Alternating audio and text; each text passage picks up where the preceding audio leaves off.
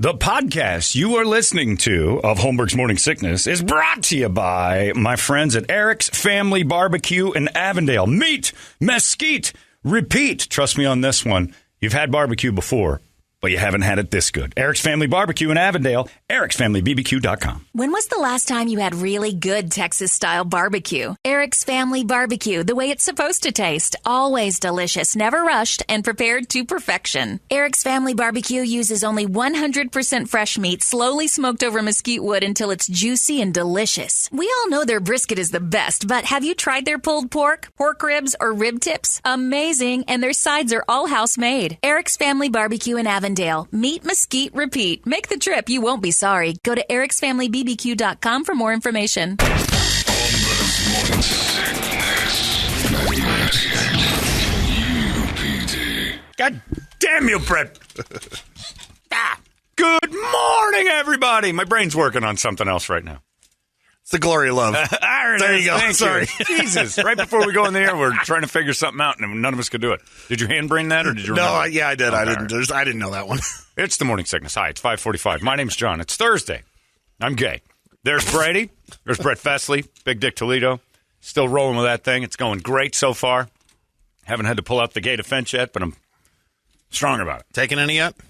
No, I'm pristine. I'm very virtuous, Brett. This is not going to be just throw it around. Knee. He didn't say taking a knee. He said taking any. Oh. No, I have not had. Take a knee yet? Well, that too. I mean, have not yet to sip at the cup of the nectar of man. You weren't hanging out at Michael and Troy's house last night? I got an email from a guy that said, if you're really gay, you'd be at 311 with me and my wife. I still have taste, for God's sakes. I'm not going to. Again, but Chewy, the rock and roll midget, emailed me. He goes, I know. I forgot what he said. It was very funny, but he said that he had not heard my 311 comparison to what I really think is better than 311. And he goes, yeah, where'd he go? Yeah, he said something about, like, out at 311 here thinking of you. I know how much you love this band. He said, they're giving tickets away to people in the lawn to go sit in the seats. He said, it is a ghost town. And I'm like, maybe my absolute disdain for them started to make people listen to 311 for real and go, holy cow, Holmberg's right. And then I just sent him back 911 greater than 311. And he goes, I've never heard that. That's hilarious. It's like, what are you doing there, Chewy? So hopefully you had fun at 311 last night, realizing you've been wrong this entire time. They had everyone on the stage. What do you mean? The whole they just let the audience up there. And now you guys can rap just like I rap, because I rap like crap, and you can rap like crap too.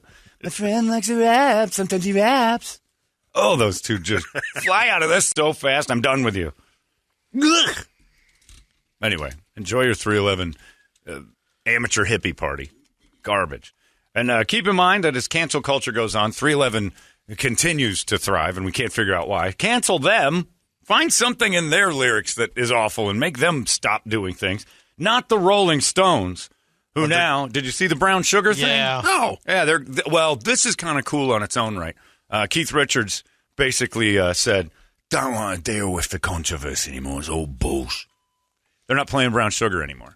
Even though the song is about that. It's about the horrors of slavery and the abuse, abuse of, and it's almost a, it's not supportive, but it is a factual account of saying the marginalization and the oppression of black women for years and the strength of them. The appalling historical reality of slavery. And the strength that had to overcome so many things. Listening to, it's from the perspective of somebody who's brown sugar, how come you taste so good and everything. It's the sold on a slave thing in New Orleans and all the lyrics. And he's like, we just don't want to deal with it. We don't want to deal with it because he got some group chasing him around saying, it's not that you wrote the song or that you recorded it. It's that you still play it. And it just has no place in our society anymore. It's like, it's beautiful art. When does this end? I mean, that is a great song. And if you don't understand, if you just can't hear words without understanding the nuance or the technical meaning behind what they're doing, or understand that sometimes it's uncomfortable and it's a song about how uncomfortable that actually was, and it's making a point that way, you're too stupid to listen to music. So we got to get rid of you. You're the one that's the problem, not the person that's depicting an accurate history through the art of song and saying, this might make you uncomfortable, but listen to this. I mean, there's a lot of poignant moments in this. And it's a rock song, so they're like, oh, it's terrible. If we start going through, you can't sing that, and you can't sing that, and you can't do that, and you can't do it. I understand why radio can't play some songs, because language is government-sanctioned, certain words you can't say. You can't be titillating with, lyrics and things where you're getting too graphic. Okay, you've got rules on that. But just generally saying at a concert, this band that wrote this and wants to do it should feel uncomfortable playing it. No, they shouldn't. Dire Straits is a big one. They can't do the little homo F word with the ear and in the mink coat. Are you insulted by that? Gotta weed that out. No, I'm not insulted by it. It's a great as a gay song. man, I figured as a gay man, you can hear.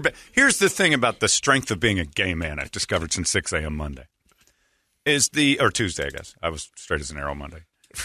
I can prove that, too. I'll show you some videos. That was pretty awesome. Getting it done. Saying goodbye, So it's hard to say goodbye. But hard to say I'm sorry. Don't do that. Don't start in Chicago again.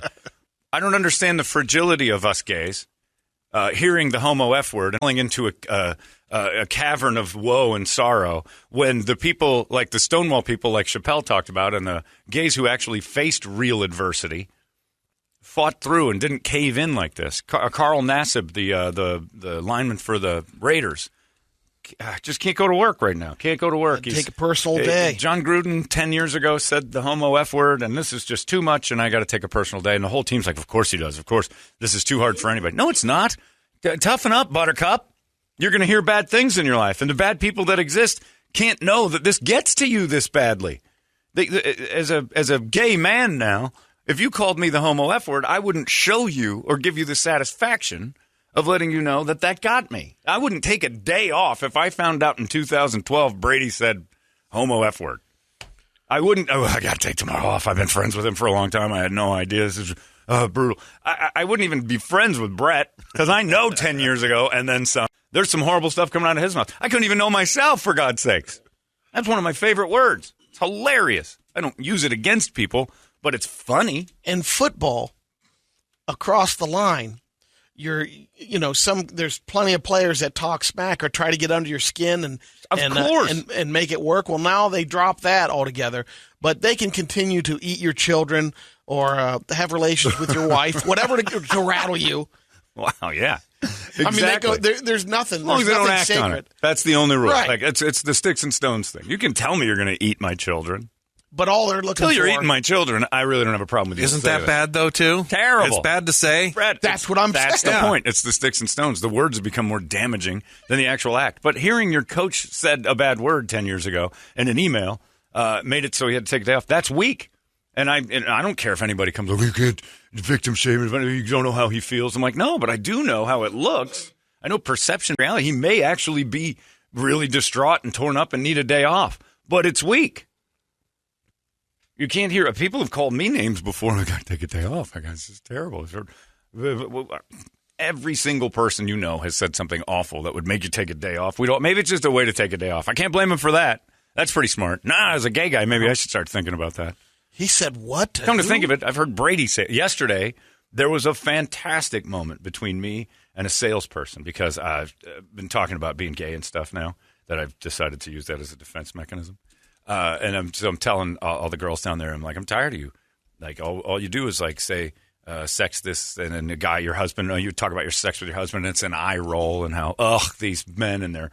But then, you act like you want it, and then you act like once you're getting it, it's this pain in the ass, it's a hassle, it's work, and I'm like, we're just tired of it. Gay guys, we don't do that. So we like to blow each other, and we like to, like, slap high fives afterwards with hands full of mayonnaise. So just make that bang, and I'm assuming that's what I'm... It's the chalk. That's what it's chalk puff. Yeah, it's like when LeBron, before a game, throws it in the air. So we're laughing about it. And then she sent me a text later in the day, and it had an emoji of...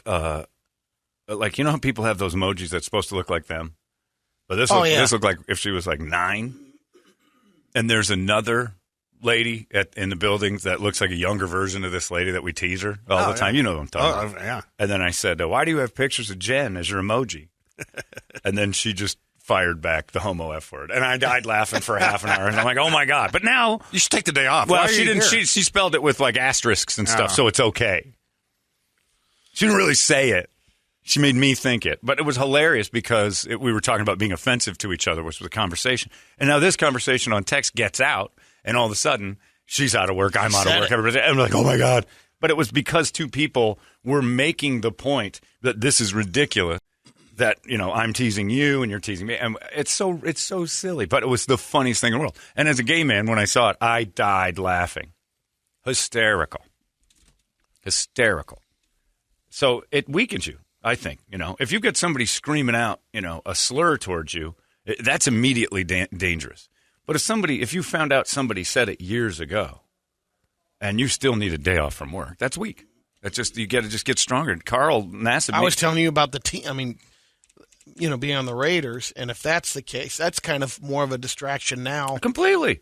Walks away and his team's team. like, oh, is he really down? Can we count on him? Is he all right? Richie Incognito's on that team. He's got to just be like, oh, I used to be the bully. When is my day coming? But yeah, so he takes the day off, which is fine. Take your day off. Do what you want. But wouldn't it be better if he came out with a statement of strength of some type to say, we can't let these words get to us anymore? I knew John Gruden, and he never once treated me differently. Or John Gruden treated me differently, and I'm glad this happened. Well, say something. Don't just quit for a day. That's weak. Now that this has been out for a while, have any players or staff come forward other than the email stuff? Keyshawn Johnson.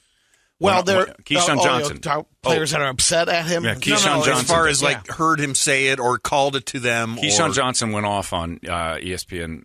I don't know what show it was, but he just didn't like him. No, he went off basically saying he's a phony, and this doesn't surprise me. He's been selling you a bill of goods for years on who he really is and who his true persona versus who you see as this, football guy. And I said he's phony, but he didn't hold back. But I mean, you know what? That's not brave to me either. But there was say it before, and I don't know if he did. Maybe Keyshawn has said for years, "I hate John Gruden," and he's got problems. But I don't remember it ever being. It kind of was saying, he's kind of saying that. But current player for the Raiders, Waller.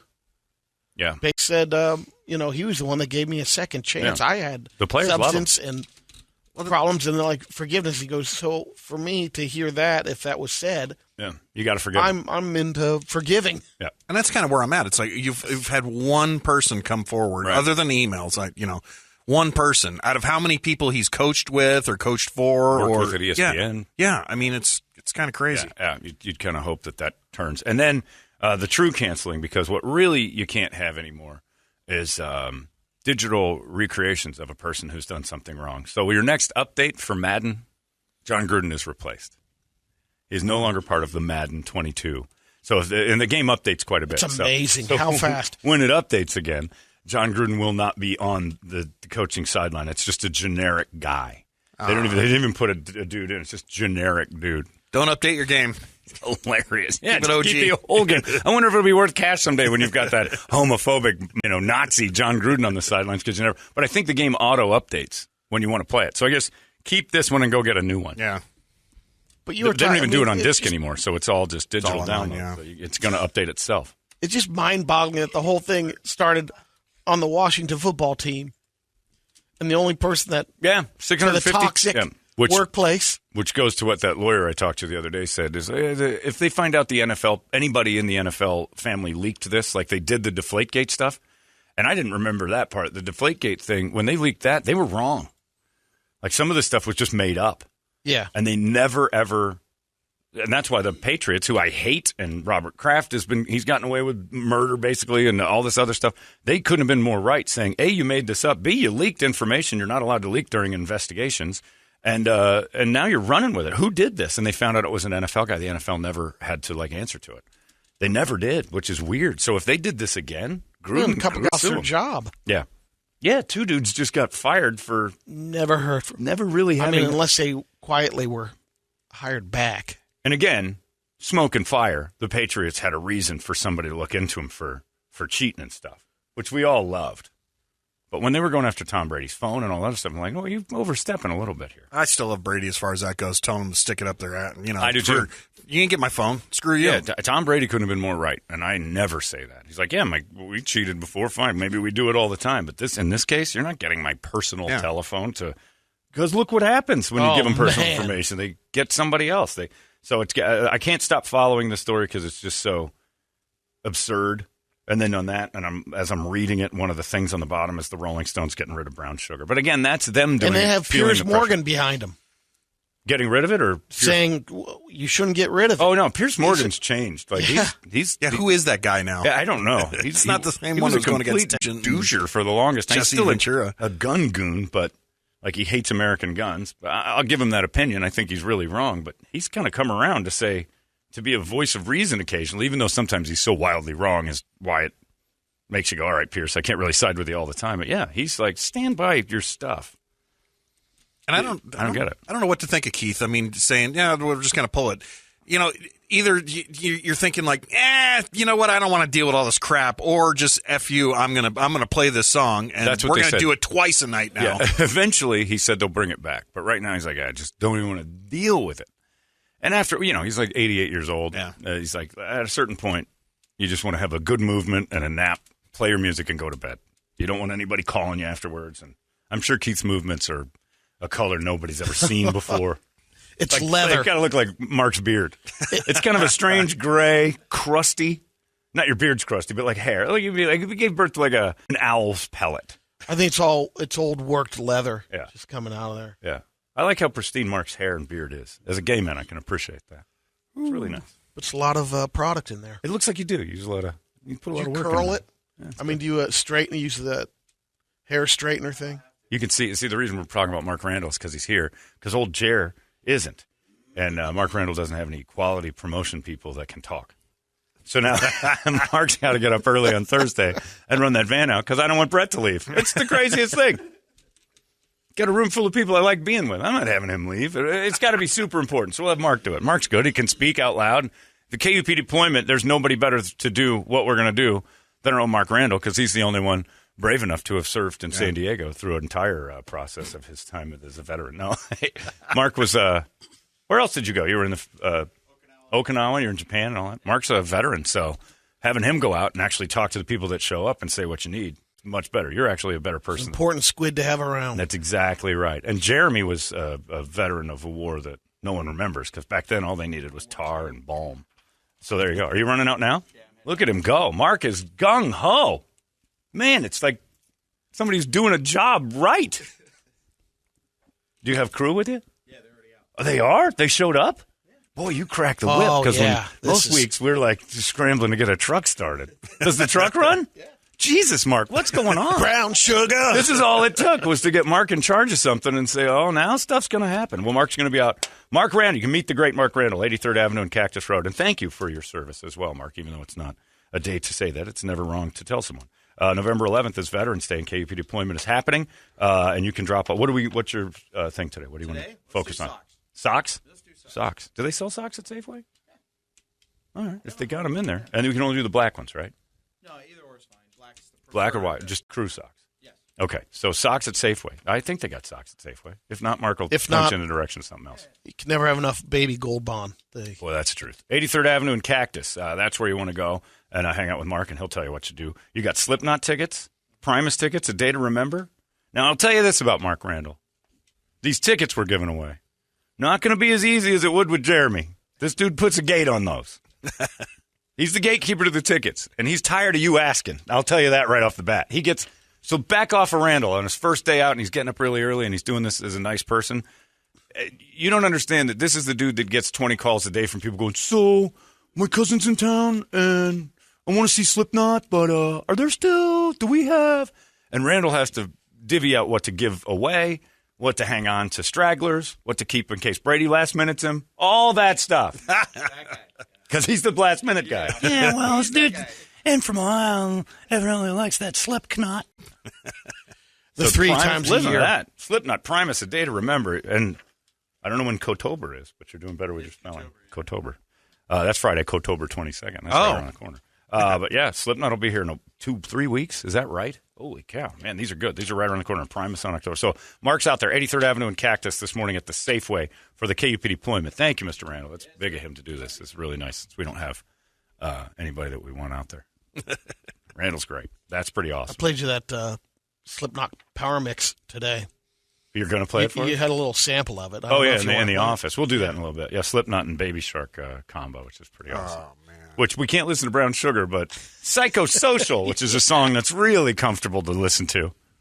How about, I don't want to do this. I don't want to go down the list of songs you can't hear based on uncomfortable topics, but Apocalyptica with Corey Taylor, I'm Not Jesus, is one of the most uncomfortable lyrical songs you'll listen to. It's about raping a child, a priest raping a child.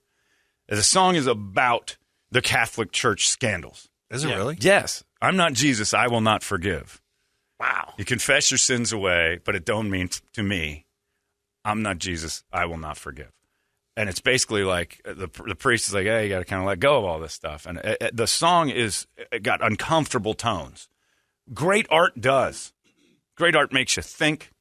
Great art makes you uncomfortable sometimes. Not even know what the song's about. Right. Sometimes you just brush it off because you're not paying attention, just like the song. But if you listen to the words of that song, it's like, man, this is basically about groups of people, self-righteous people doing wrong things and saying, I'm forgiven. And it's like, I don't have to forgive you. And it's, this dude is basically shouting back. It's an incredibly deep meaning. It's a great song. It's a great song. I mean, it is one of the best rock songs of at least the past decade. At the maybe longer. I don't know if it's older than 10 years at this point. But it's great art. And if we start looking at Brown Sugar and saying, well, we can't hear those because it's an upbeat and it seems like it's celebrating, It not doesn't celebrating, matter. but It doesn't matter if it's from the perspective of the slave owner. It's making a point that dumb people don't understand, and we coddle dumb people. Dumb people hear language they don't like. They don't listen. The Chappelle special is a perfect example. He's making incredible points through uncomfortable themes, and the only thing that people are mad at him took away is that he agrees with J.K. Rowling about gender being fact. That's really all they're mad at. But if you listen to him, he's like, that's all I said. You ran with it. We're losing the plot here day by day. And it isn't, everybody's, these millennials. It's not. It's our generation, our lunatic generation that's falling apart at the seams. Maybe we shouldn't play that. Right. Going, I'm scared of everything. Instead of just going, hey, explain to dummy that this is an art. This is a piece of art. It's uncomfortable. It's a piece of art that's uncomfortable, and it needs to be heard. And it makes you think. And sometimes it'll make you mad. Sometimes it'll make you understand. But it makes you have an emotion. That's the whole point, is that you emote or you have a reaction. That's what great art is. You know what we never have a reaction to? I almost said it. A Mother 311 song. Those are never going to make you feel anything except high. And guess what that is? That's the pot. It's not the song. You're a pothead who's trying to escape your miserable reality because you make decisions like going to 311 shows. I would get high all the time, too, if I listened to 311 too much. And then had to try to convince myself that it wasn't a bad idea. I just don't understand that. And I'm not one of those people that's like crazy artsy and support this, support that. But I just recognize that a great movie about an uncomfortable thing, a great song about, a great painting about terrible. And we have paintings of wars. We have paintings of, we're very proud of Washington crossing the Delaware. And it's a slaughter. You're celebrating a slaughter. It had to be done. There's a boatload of paintings on the other side of it. Of course England there are. All wars have paintings, everything. And they're moving sometimes. You see the Tiananmen Square, that's not a painting, but it's a camera shot. Pictures, photographs do it. Like that picture of that kid standing in front of that. It's a slaughter, but it meant something. Well, I don't want to see that. That brings up bad images of how the military is stomped down. Yeah, that's the point. Well, and I can't see it. I took Kirby to the Ohio Historical Society. We went there for a couple hours, but they had a Civil War display, North and South, and they had this tree stump that went up about, it was probably 8 feet tall. It was just a capped tree. Yeah. But it was from the War of Chickamauga. And there's nothing but musket balls riddled in this tree stump that's been there for years. It's pretty amazing. And next to it, they showed, all the stuff. But, she's learning about that side of it and saying this is what went on. Well, you're hoping she's learning. She's a kid. Museums are lost on kids. That's the saddest part of museums is that they're the ones who should be absorbing. Maybe not learning, but seeing it. She'll remember being there. And then years later, she'll go back and go, wow. You know what I hated when I was a kid? Because I was a dumb kid. And we all were. Mm-hmm. I bitched and cried. I've apologized to my parents for this. I bitched and cried one summer when we drove to the Grand Canyon. just bitched the whole time. This is stupid. Yep. And then saw it, and I'm like, this is stupid. I looked at it, and I'm like, you don't take in glorious. You haven't seen enough to understand what beautiful is yet. You're just like, I know what hot chicks look like. Hot dudes. I know what hot dudes like, and I know. Don't slip up. I got to keep it together. Start slipping up, they're going to catch me. They're going to find out I'm a closeted hetero. But yeah, so I made their day miserable just sitting there going, oh, walking. I treated it like we were at the mall, and I hated it. Yeah. And then I went back years later, and the sunset almost made me cry. And I got Megan next to me, and she goes, I don't get it. I'm like, oh, my God, don't be me right now. What do you mean? It's great. But and then the sunset turned everything purple. She goes, oh, okay, nature. I'm like, right. Because she was like, at first, too. It was the first time she'd seen it. And I'm like, don't do that. Do not do that. She was still off on the car ride and all the minutia that came along with getting there, and it was just a drag. And you would have loved the you go through the old village, so they have the old buildings and everything. Yeah. So you go into the inn there, and the reason why you would have loved it so much is everyone that works there is from that time. They're all 150. Well, hello. I'm Brett, and I'm the owner of this inn. Oh, no, they're actors. We opened up 3 years ago in 1895, and so then you try to do stuff like, so... Where are the slaves? Yeah. You still had them, and they just paid them a little bit. We're in the north, and... what are your opinions on 3/5 of a man, sir? Dottie down the road, she's hiding a couple. Yeah, you gotta start talking about their ways. And they wouldn't budge out of the... I'd love to go in there now and go, hilarious. what would you do to me? I'm a homosexual. Just see if they start stringing me up. I said, we're looking for a suite. We have 2 of those. Yeah. They're $1 a night, and that's a little too much for me. Sorry. I'd love to walk into one of those places where they got to stay in character and tell them I'm a gaytheist. I don't believe in God, and I also and they don't, super gay. Yeah, I tried to get them off the rails a little bit. It'd be great. Edgar says, Holmberg, love the new gay act. Or is it an act? I love how you're keeping us all guessing, including your sponsors. I'm sure you're about to be bumped with emails from twinks and hunks wanting to pop that cherry of yours with all those D pics you're going to get. Hope you're not thinking of cutting it off like that one listener. Was it Peyton? By the way, you should dress as Mr. Slave for Halloween. What about just every day? Mr. Slave's the best character in South Park. Jesus Christ. Mr. Slave put all of Paris Hilton in his ass on South Park once. Just to prove that if you want to be a whore, bad things can happen to you.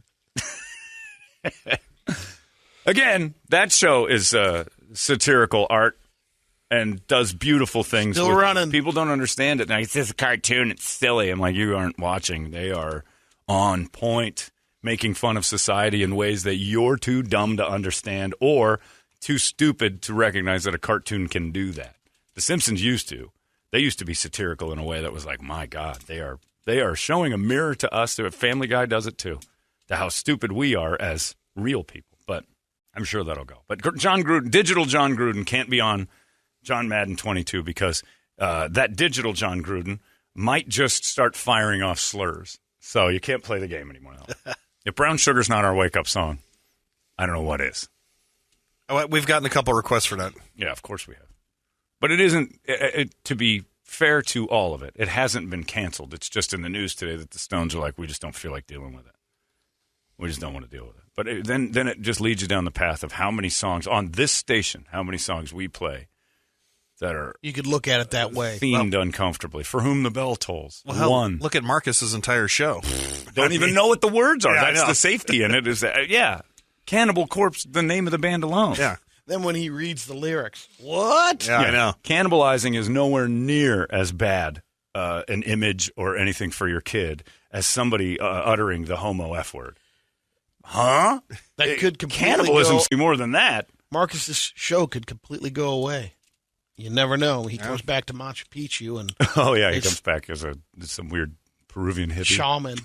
I don't know about that, but I mean, that's where I start laughing at everybody's nutty. I don't know. I don't even know if it's hypocrisy anymore. Just if it's, I think we're giving it too much credit to call it hypocrisy. I think it's just stupidity. I think people are just dumb. So yeah, so you're like, okay, cannibal. Can't corpse, hear that word. Cannibal corpses. Cannibal doesn't bother you as much as the homo F word. I understand, but you realize cannibals are bad. Like, yeah, I don't mean it. Oh, I see. So the butt sex thing is scarier to you to hear about or to talk about. Oh, it kind of is.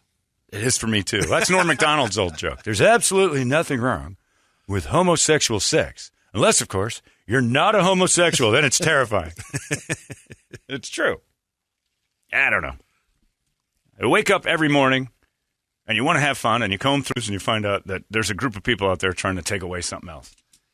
And I don't understand them. I've never met one. I've never been around somebody that's supportive of these ideas. I've never been anybody. You know why? Because I don't hang with dumb people. I guess that's it. Or is it back to is it the journalists doing it? Releasing a story and saying, but the story really has to have something under it. They have to have a person to, But I think there's, yeah, definitely. You find out afterwards a lot of these things these controversies have happened.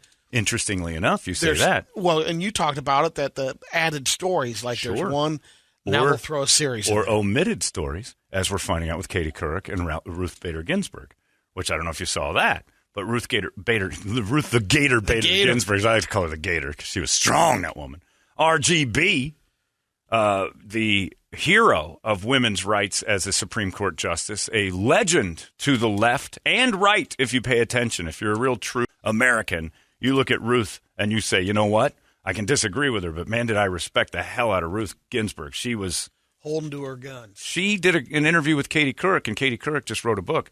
And this is dangerous, and this needs to be looked into more. Katie Couric, I talked to her at the time about kneeling during the anthem and how she felt about that, and she evidently went off about how stupid it is and wrong, and it is no place in America. And you can do it, but you're not making a solid point. You're a baby. You're in a place that's better than anywhere else in the world, and yes, to trials and tribulations that led us here, and blah, blah, blah. And Katie thought, oh, this old lady, I can't put this out.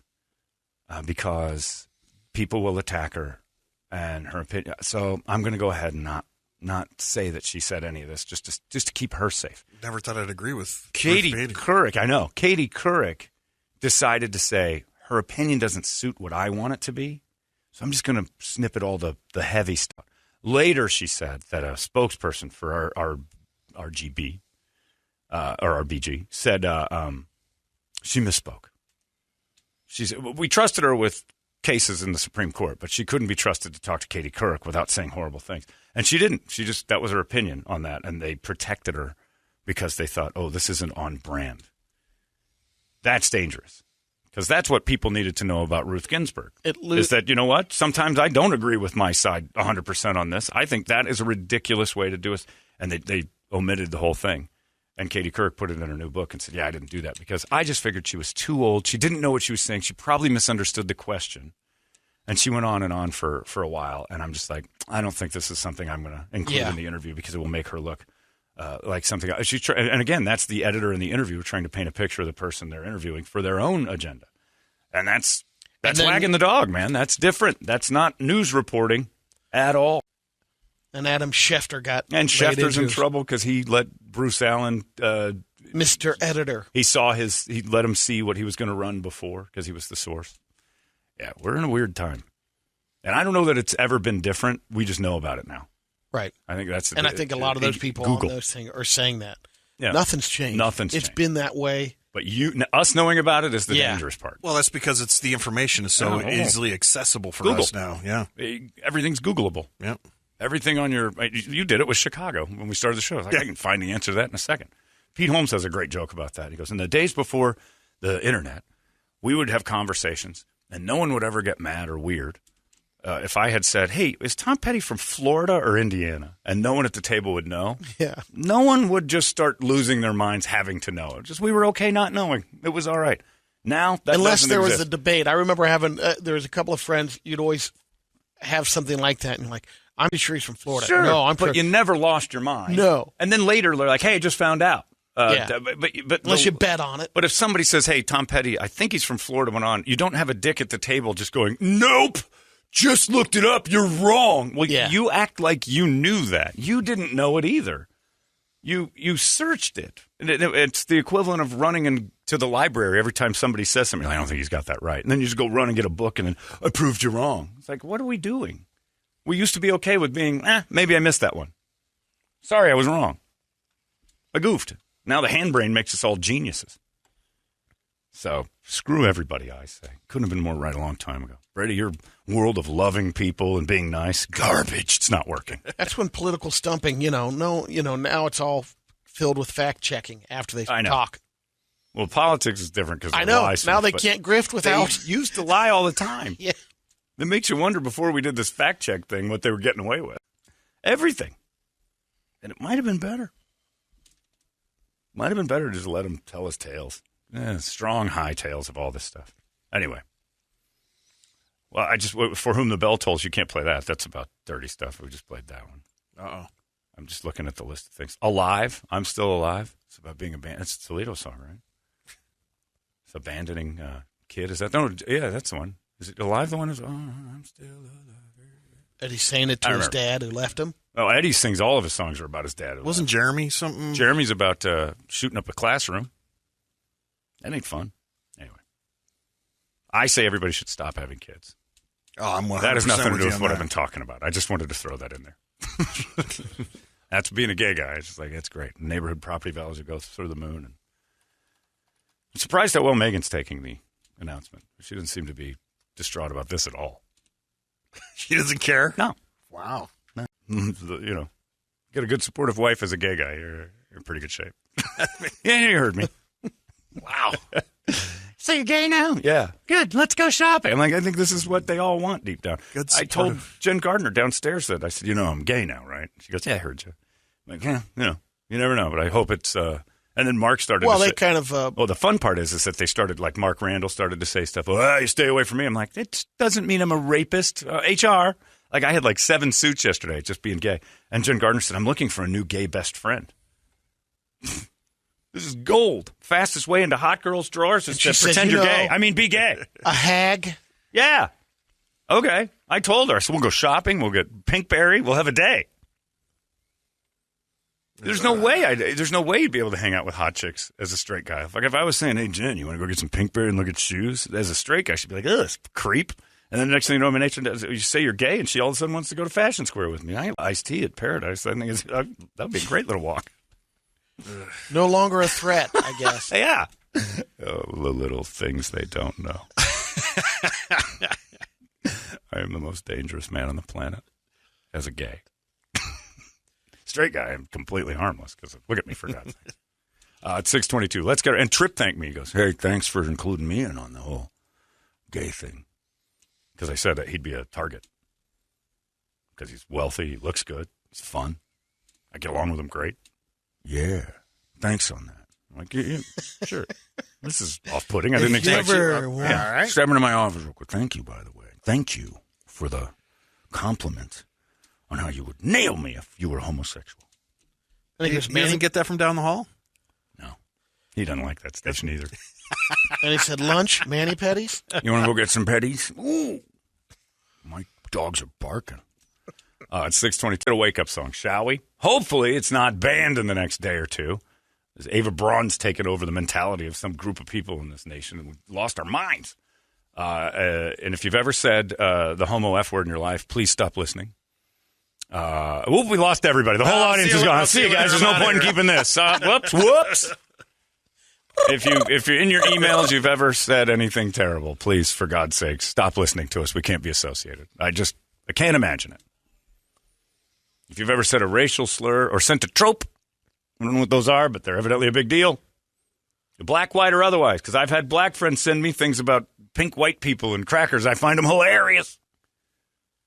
I'm working on trope news. Yeah, trope news is we got to get a new trope news. Wake up song 585-9800. I think we've already got it settled, but we're going to see what you got anyway. It's 98 KUPD. Wake up! Whoa, whoa, whoa. What the hell? 98 I'm not cool with this at all.